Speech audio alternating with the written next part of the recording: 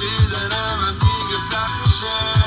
خب نوبت منم شد زندگی ورق خود عوض شد، لباس خوب به تنم خورد. من هر صبح با یه خودکار بیک هدفم خوردار تیک، ولی خاطرام حفظم حتی از نومایگی.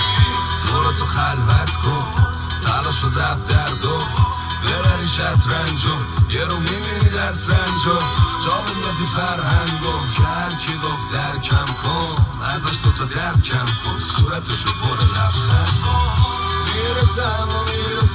میرسم به هرچی که دلم میخواد و شب بیداریم